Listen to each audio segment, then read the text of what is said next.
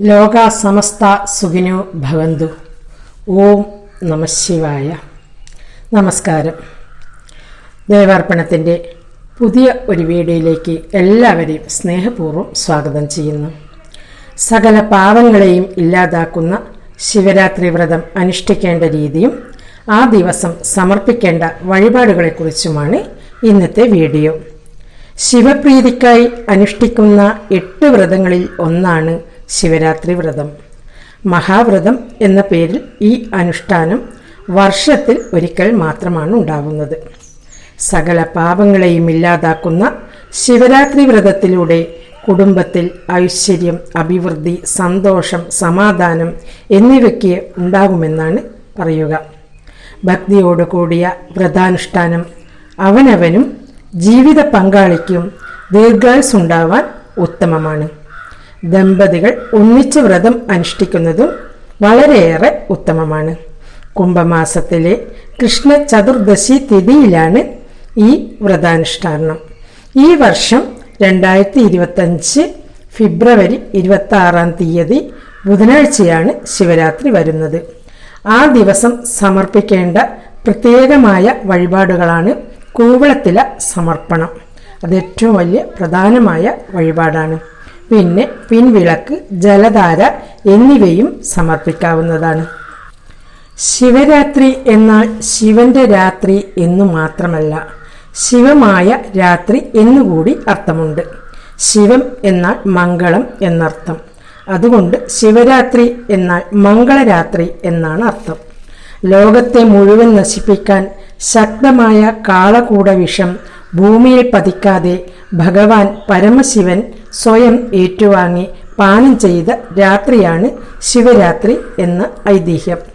അങ്ങനെ ലോകത്തെ നാശത്തിൽ നിന്ന് രക്ഷിക്കുക മാത്രമല്ല, മംഗളം നൽകുക കൂടി ചെയ്തു എന്നാണ് പരമശിവൻ.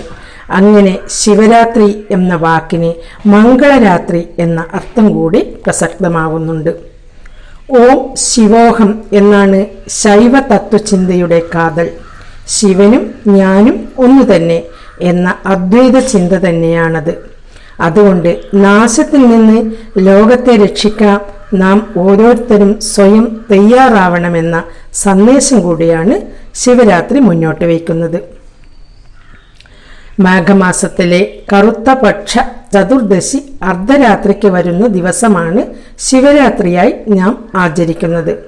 ശിവപുരാണം, ലിംഗപുരാണം, കൂടുതലുള്ള പുരാണങ്ങളിൽ ശിവരാത്രി എന്ന ദിവസത്തിന്റെ ഐതിഹ്യങ്ങളും ശിവരാത്രി വ്രതത്തിന്റെ കാര്യവും വിശദമായി പറയുന്നുണ്ട്.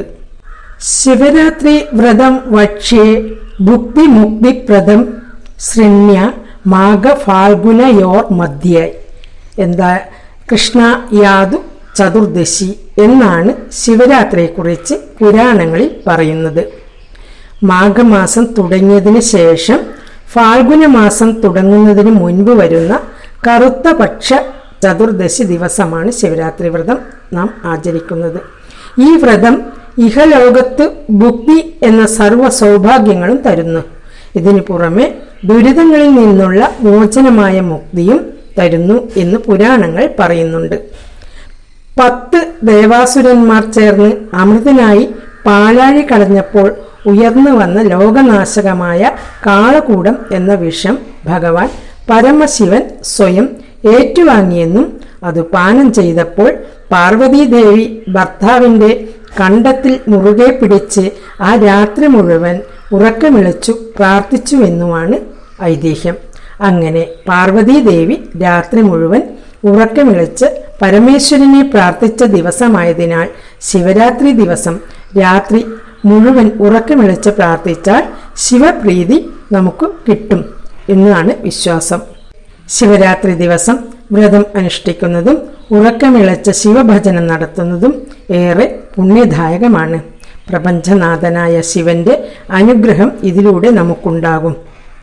ശിവരാത്രി വ്രതമെടുക്കേണ്ട രീതിയെക്കുറിച്ച് പറയാം.